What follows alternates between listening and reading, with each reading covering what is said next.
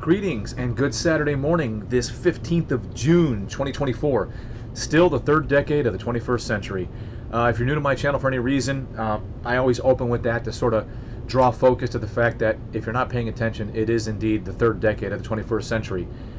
And I say that because really educated people had once predicted where we would be by this time in our, I don't know, lifespan of humans. And what are we actually talking about? What are we actually dealing with?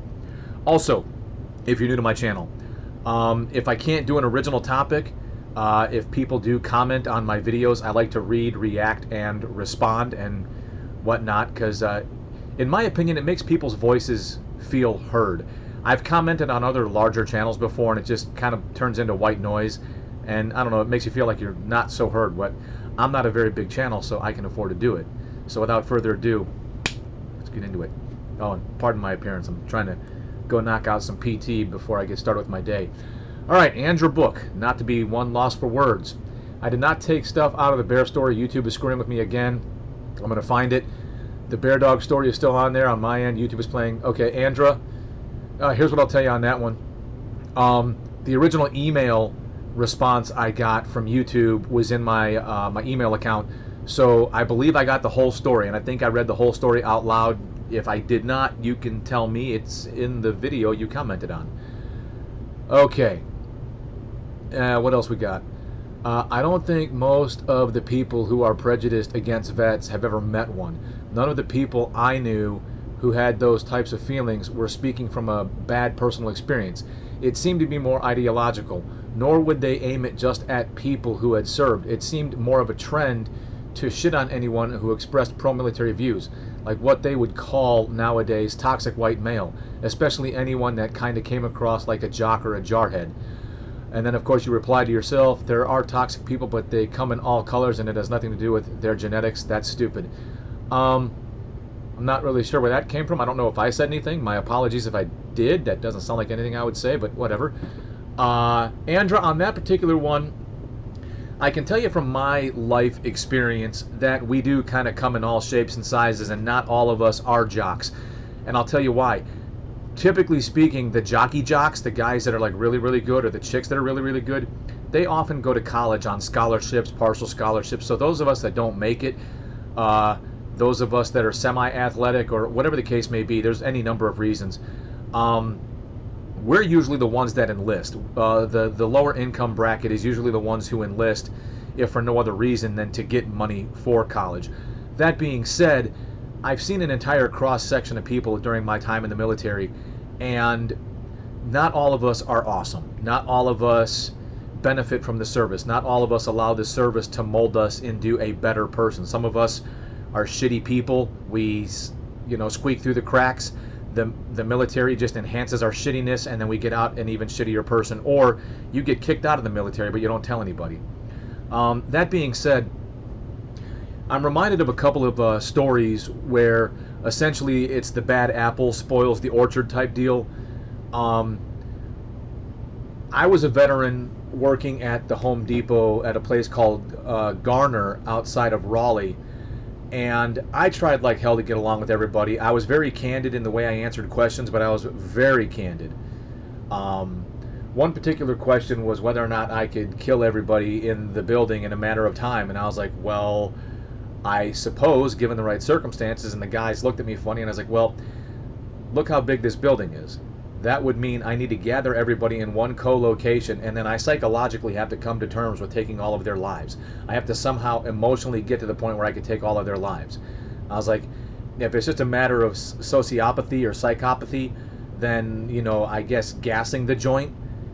But, I mean, it depends on what exactly you're trying to ask. Are you just being funny? Are you being sarcastic? Are you trying to find out if I'm some sort of, like, special operations snake eater? But then there was another kid, and he's what we called a war baby. Some of us had been on active duty for a while before 9/11, and then some service members joined up as a direct result of 9/11, and some of them were literally baptized in combat. Like, by the time they were done going through all of their basic level training, they were deployed right away. Some kids got sent to units already deployed versus getting a chance to work with them stateside before deploying. So a lot of them didn't have a chance to grow up before they're getting shot at, getting blown up, having to perform first aid on their buddies, having to put some of their buddies in bags or pieces of their buddies in bags and cart them off the battlefield while all the while defending themselves against enemy fire. And I can imagine that leaves an impression. I didn't see combat for the first time until I'd been in for 8 years and 2 months. That was the first time, if you pardon the expression, I popped my combat cherry. But the sad thing is, some people do try to excuse their crappy behavior by hiding behind the banner of being a veteran. But wait, there's more. Yes, I'm 100% sure it was the staircase. Again, I had to work at the reveal one freaking year. It was just curious, and I was sure it was something major. It had to be, right? Wrong. It was very shocking, and keep in mind, this was circa 2015, prior to the big social shift which we saw in recent years, so it took me completely by surprise. I did not know prior to this that there were more lefty workplaces where the workplace culture would be skewed. It was my first real job out of university at a normal workplace, aka a non-university affiliated or sports-related workplace.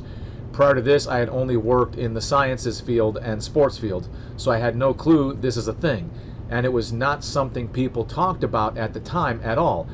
All the online movements happened later, so to me, I just thought everyone turned psychotic randomly and overnight. It was shocking, so it's seared into my brain.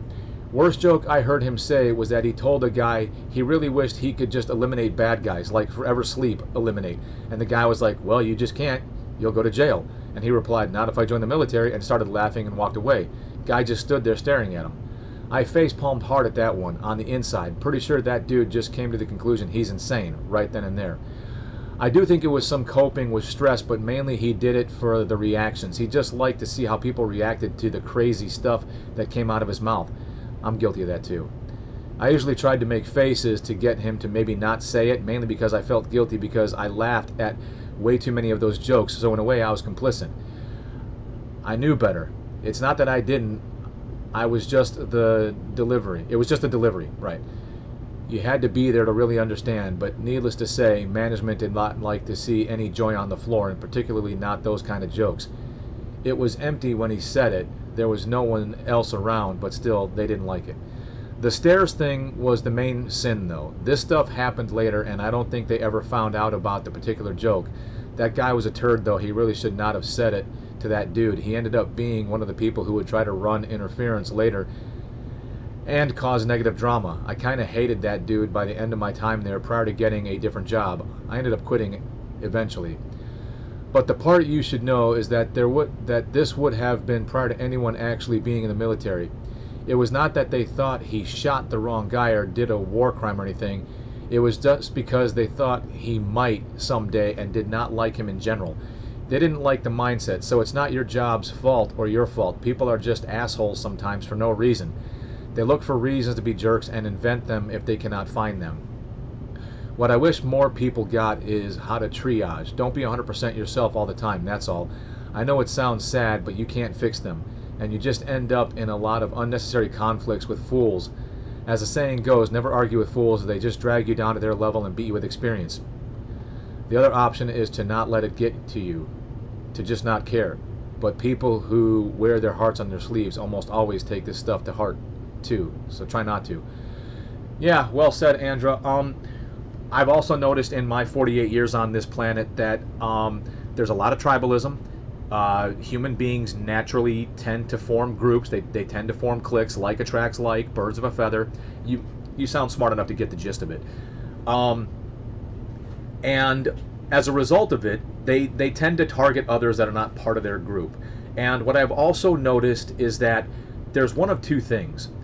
Some people actually don't have the foresight and the forethought to contemplate the consequences of their actions. Like, getting this guy fired means that he could not earn a living, which means he could not pay his bills, and that could have had a detrimental domino effect. Like, he could have become homeless, you name it. Maybe he had a family, he lost his family. I mean, there's always a potential domino effect. So one of the things I learned from either things that happened to me or things I saw happen to others is try like hell to pay close attention to the follow-on moves. It's like playing chess. Whenever you play chess, you always got to try to think 7 moves ahead, right? Well, I always try to think about those potential dominoes. However, sometimes I am caught up in the moment. The person is just so belligerently aggravating that I'm like, I don't care. Let them go in whatever direction they go and let fate, figure it out, because I'm just that fed up. But a lot of people that do form these cliques and these tribes and these groups and whatnot, they do tend to target others that are not part of their clique, and often don't care about or don't think about the consequences. The other side of that coin is we've reached a point in our society where we are so belligerently narcissistic, we're so belligerently conceited, full of hubris, that I'm living my best life, YOLO, whatever, that they understand consequences. They just don't care, because they've somehow gotten to the point emotionally where they convinced themselves not to give a shit about anybody but themselves. And I think that's sad. Okay, what else do we got? Andra, you will never harness the benefits of victim culture. There are no benefits to harness, and you're the thing they think they have to fight against. I think you guys don't really get it. These types of people were always in society. They just don't have a megaphone before. This moment will pass. You don't need to let it change you or how you live your life. You just maybe need to learn to surf the tides a little better and not let the storms capsize you. But this moment will pass. It's already turning. Just don't let the drama get to you. Pretend you're a duck. The drama can just beat off of you and fall off. That's all. Funny thing is, we used to say alligator or a duck. The water just rolls off your back. When I was about 9, we had this annoying bully at the park. He would always try to bully the other kids, and it would piss me off. One day I decided to let him have a piece of my mind. He started crying and ran away to his mom. He also tripped and fell on his face while running away, and everyone laughed, and I said something slightly mocking like, "Oopsie, raise those legs, boy." He wept openly with tears running down his face for the next half hour to all the parents that I had been mean to him. They made me apologize. I had never felt more betrayed by adults in my life. I did apologize, but every day he was there, well, let's just say the fun continued. Everyone else called him a mama's boy for the next year and a half. He never lived it down, and he never bullied anyone ever again. Laughter cures fear. Turns out it's really hard to make the entire park apologize every day of the week. Was he a victim? Hell no. He was just a spoiled jerk who thought he can bully everyone around. Had his mother told him no once in a while, none of us would have had to teach him manners. But she didn't, so we did. No one touched him. We just made it clear that he's not going to touch anyone else either. And going home to cry to mommy can only work so many times in a row. There's always tomorrow. And he could use the exercise, and it was funny. Never envy forever victims. They're miserable. Now, had I turned and beat the crap out of this kid, everyone else might have turned against me. They might have had something concrete to hold against me and blame me for. But I didn't. I never touched him. No one did. We just mocked his feeble attempts to bully us all, and the problem kind of fixed itself and went away. Excuse me. All right. Don't disagree with that. However, sometimes stuff doesn't happen the way we would prefer it to. About the worst thing that ever happened to me, not that I'm trying to throw a pity party, but I've told this story before on my channel, about the worst thing that ever happened to me, well, the 2 worst things that have probably ever happened to me. The very first job I got after I retired when I was living up in the Raleigh area, I was a shift supervisor for unarmed security at the MetLife IT campus. Long story short, there was a clique. This clique of women were all friends off work, and they were all getting each other. It started with one, and then it just trickled down, and they all were getting each other. So there was like 5 of them that one started the job and got the other 4 hired when there was openings. Essentially, they all basically ganged up on me, made allegations. Essentially, the one allegation was that I cursed during working hours. I was able to prove that to be false. Another one was that I was asking inappropriate questions, personal questions. That turned out to be false and made up.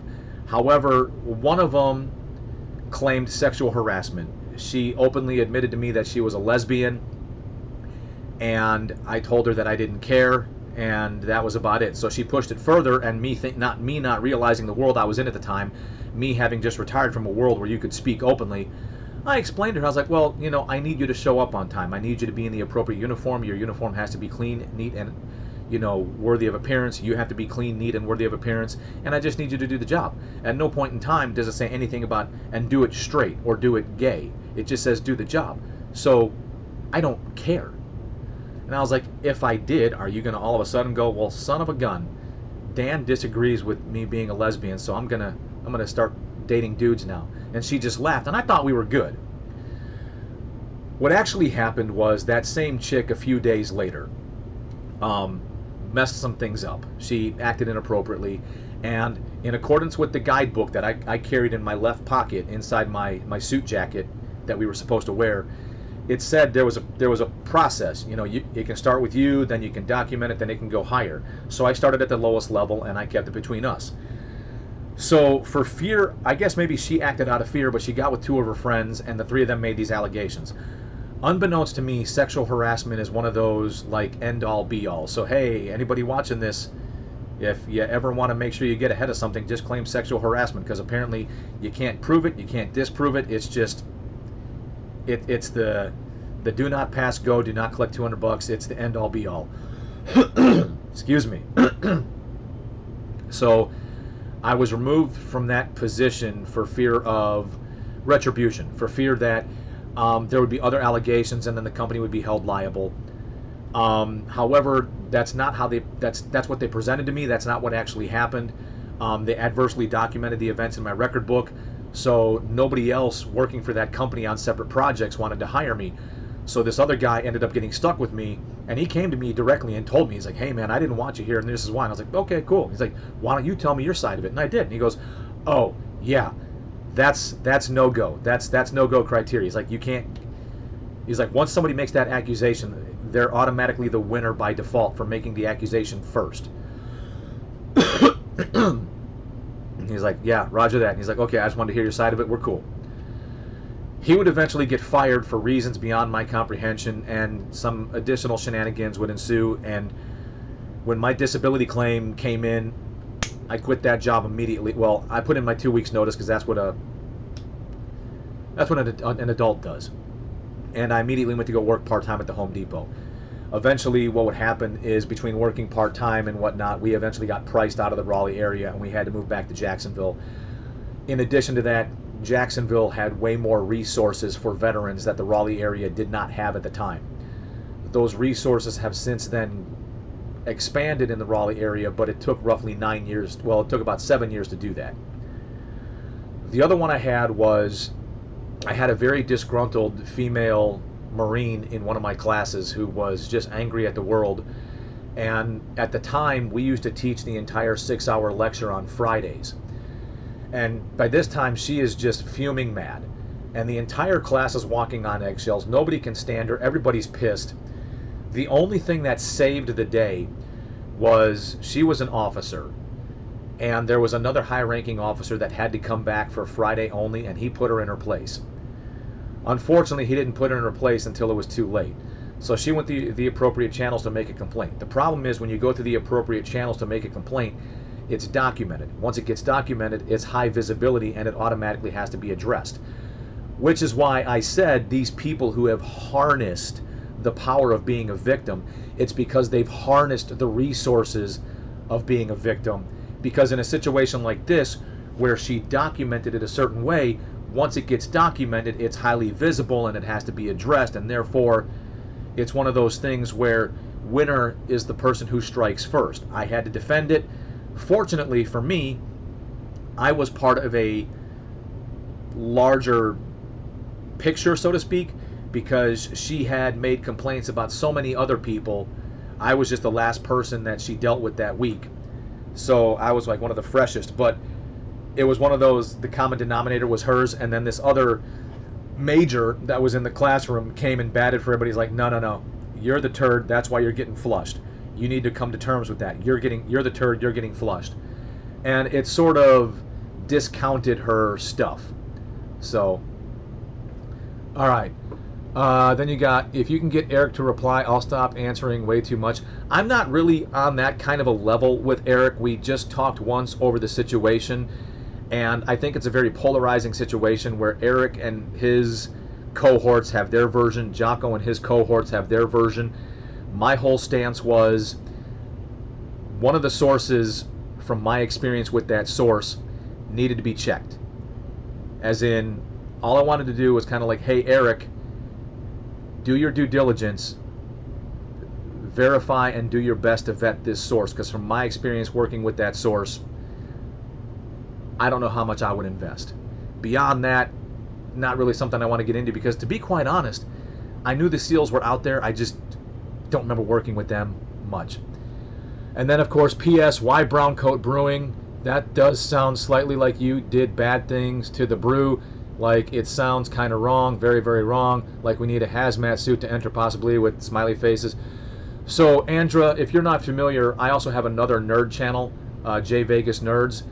And I try to do like nerdy stuff, 3D printing stuff and whatnot. You know, case in point, let me show you something. You know, like my Mandalorian cosplay. It's either that or I'm overly invested in socio-political stuff like this. I'm also a bit of a nerd. If you can see back here, right, I got all my Mandalorian stuff. And all of my Firefly stuff is currently down at the moment. Firefly was a science fiction show that Joss Whedon had created, wrote, produced, directed for a while. It only got about 14 episodes by the same network that Buffy and Angel were on, and it was unceremoniously canceled. In the show, you have the Alliance and the Resistance, and, well, not the Resistance, the Alliance and, well, yeah, I suppose the Resistance, the Browncoats. So Brown Coat is a reference to Firefly, and I'm also a home brewer. There's my 16 tap Keezer. So just a little FYI. All right, what else you got, Andra? Violent topic change. I swear this is the last comment. You swear? The news stories about people trying to infiltrate military bases using fake student IDs broke, and also a whole other non-U.S. military story about fake IDs being used by organized criminals also broke. It is now public domain, thus I figured we can finally talk about it. Could you like circulate those news stories between everyone so they all finally understand the value of cybersecurity and preventing ID fraud? I can try, but people are overly addicted to their devices and they're overly addicted to their content, and they just need to be more aware of how they can be phished and spammed and scammed and whatnot. And also so that everyone understands why some people might be trying to talk to prominent members of your community about this issue so they can fix this giant hole in security. But said people cannot actually tell you who would be doing this crime stuff because they literally cannot know who. That's the job of law enforcement to find out who. People just know it's a fraud trend which keeps happening over and over because the bad guys are exploiting loopholes in security and no one is patching those holes, which is very problematic and can be very scary for victims. One of the cases had links to human trafficking networks, and thus there were very real victims. And this is why people might think that you all really need to fix those security holes and nip this problem in the bud, so to speak, like pronto. Should have been done years ago, but really I'm going to choose to not worry about that right now. I just have a feeling that a lot of your community might finally put those pieces together and understand the importance of this issue. I'm happy to link the articles if you did not see them. I won't say Jocko Podcast needs to finally get it because I think they're beyond hope, but everyone else will maybe finally get it. I did try to raise this topic in some circles a long time ago, but I say one thing and they hear another. It did not go well. It's like I'm asking them to believe in witchcraft rather than a very well documented issue. I say, can we talk about cybersecurity? And they hear fairy dust. There's just something about that word that translates to fairy dust in the ears of most military grunts, apparently. Thus, I need a fellow military grunt to communicate this message, and maybe if you say it, they will actually hear it. Maybe it's my pitch or something. Maybe it really was my tone, but not one will tell me which tone they prefer, and I get tired of guessing. Like their A-type nitpicky personality kicks in at the worst of moments. It's truly amazing to see so many otherwise intelligent people completely not getting the importance of this issue, and very depressing. We need to fix it. I just want to talk about ways of fixing it so people stop using campuses as easy targets to get fake IDs and then turning around and committing crimes with them. It's bad for everyone, especially for women folk to which group I belong due to the links to organized crime. Andra, correct me if I'm wrong, but I want to say something about you in the past comments. I can't remember if you're from Canada, because I want to say you mentioned Toronto or something, or Vancouver maybe. My apologies if I'm getting this wrong. Anyways, if you're not familiar, I also follow Dan Crenshaw on Instagram. Now, people can like him, dislike him, but Dan Crenshaw also seems to have a very legitimate concern about at least cyber security, because he's not an advocate for TikTok. He's not a big fan for TikTok. So if you can look into him, there are ways to reach out and communicate to elected officials like Dan Crenshaw. And of those people I follow in that kind of sphere, Dan Crenshaw, former Navy SEAL, seems to be the only one who's actively kind of demonstrating any kind of concern for this issue. So you may want to just reach out, and of course, as always, use supporting documentation in your email, provide links, whatever you can, because more than likely he's going to have a staff that vets it first. Okay, just be aware of that. When you deal with higher profile people like the Jockos or the Dan Crenshaws, they more than likely got a team of people working with them, for them, on their behalf, trying to vet what communications they deal with and whatnot, because Jocko's kind of built a brand for himself and he's kind of a big deal. So don't be discouraged. That's also kind of why I'm doing my thing here, is because I only get so many comments, so I can afford the opportunity to read, react, and respond to the comments out loud. And then last but not least, FJ7, I think that's Frank. What was your opinion on the justification and prosecution of the Iraq War at the time, and how has it changed up until now? Talk about a loaded question. So the original intent for going into Iraq, as everybody was told, was to seize weapons of mass destruction from Saddam Hussein's regime and to prevent him from using them, with the secondary mission of preventing Iraq from becoming a safe haven for terrorists to plot, train, scheme, and launch attacks against the United States.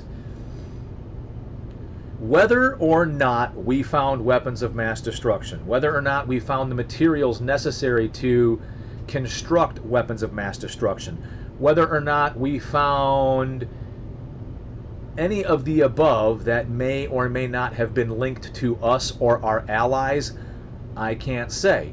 Probably easier to say we didn't find anything than to say, hey, we found our own stuff. I've heard that one as well. And that does make sense. The smartest thing I ever heard was from Colin Powell.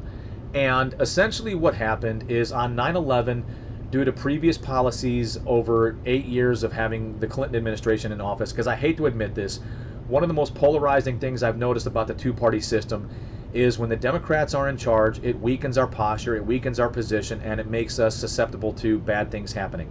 And that's exactly what happened. The way that Bill Clinton conducted business in office allowed the opportunity for the events of 9/11 to happen. And that's just my opinion, that's just my thoughts and feelings, that's what you're asking for. I'm not saying I could back this up with hundreds of references, I'm just saying. So essentially what Colin Powell said was somebody struck first on our soil. Now we could invite them back here and we can have this fight in our own backyard, or we can take it to somebody else's backyard and we can have that fight there. Essentially, whether you like it or not, we had to pick a backyard to fight in. We had to pick somebody's backyard. We were not on good terms with Saddam Hussein. We, for all intents and purposes, we didn't complete the job during Desert Shield, Desert Storm. Some people thought that it was Desert Shield, Desert Storm Part 2, the completion. What I will tell you is I don't know if military planners had thought of it, had planned for it, had prepared for it, but the invasion that I participated in, we thought it was going to be potentially like World War I, World War II. We would be there until it ended, however long that ended. We anticipated this long, protracted conflict that could take months, years, hundreds to thousands of casualties and killed in action.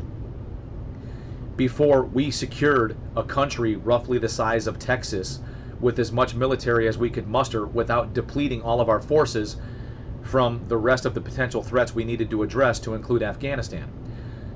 What I did not like is, which I would find out much later, is that in order to go to Iraq, we had to turn Afghanistan over to NATO, and then we had to do everything via NATO's policies in Afghanistan. That I didn't like. I didn't like doing things the NATO way in Afghanistan. In Iraq, we did things the American way, and when you train to that standard for so many years, I didn't go to Afghanistan until I'd been in for 2010. That would have put me at right at about 15-ish, 16-ish years. So yeah, I'd been in for almost 15, 16 years by the time, almost 16 years by the time I went to Afghanistan for the first time. So that's a lot of time training to a particular standard to have to, you know, teach an old dog new tricks. My whole point is the insurgency. Being prepared for terrorists to come there, that's one thing. The insurgency was an entirely different thing, because what I can tell you is this, as somebody who was boots on the ground, trying to fight an enemy that doesn't wear a uniform, that doesn't fight using military style tactics but uses guerrilla style warfare in plain clothes, literally the same guys that would shoot at us, not 5 minutes later would be walking directly in front of us like, hey, what's up? What happened, guys? What's all the ruckus? Because we're looking for a dark-skinned, black-haired, military-age male, which, as racist as that might sound, coming from a heterosexual Caucasian male, that was Middle Easterners. That was the bad guys in Iraq. Well, how do you know that's a Jordanian versus a Syrian versus and I was like, I'm sorry, but I don't know. I'm not intermixed in that culture enough to understand the nuances and the difference. But the insurgency was quite the ordeal. So the invasion went a lot quicker than we anticipated. Baghdad fell a lot quicker than we had anticipated. And as in true American spirit, we felt the need and the necessity to basically try to do some sort of rebuilding of that country that we had more or less destroyed, you know, by taking out significant infrastructure to stop them from attacking us or counterattacking us. So we had to do something to rebuild, to help rebuild the country for the people that were basically underneath the thumb of Saddam Hussein's tyranny. Tragically, what I will tell you is this, and I don't know if it's a cultural thing that's been persisting for decades to centuries, but Middle Easterners seem to respond really, really well to tyranny. They don't seem to respond really, really well at all to democracy. Democracy does not seem to thrive in the Middle East. They seem to understand might is right. So tyranny is what seems to work. That's just my observation, and that's why Saddam Hussein was so effective at running his country, even though we didn't agree with him or his policies and his politics. But he was effective. And essentially, it's like Catholics and Protestants. So you could, if you want to simplify it, you could say Saddam Hussein was a Catholic for a majority Protestant culture, Sunni and Shia. So Saddam Hussein was a Sunni, the majority of the country was Shia. That's why there was the Iraq-Iran war, Sunni versus Shia. Sunnis were the minority, so the vast majority of insurgents were Sunnis. There were also Shia insurgents because, quite frankly, we were the great white infidel, we were the great Western infidel in their country. It's hard to say, Frank, because as the guy on the ground, I would have much preferred taking on the Devil's Guard approach. With the intel we would get exposed to, with the missions we would get exposed to, we didn't get the opportunity to be as surgical as, say, maybe the SEALs or the Green Beret ODAs or the Delta Force guys or the Force Recon operators and the Recon operators. You know, a lot of it was sitting and waiting, observe, saturate, presence, putting yourself out there, and then counterattacking when attacked. And then again, you have to positively ID your target. It was a lot easier to do in Iraq than it was in Afghanistan. There were less rules and restrictions in Iraq than there were in Afghanistan, but there were still plenty of rules and restrictions.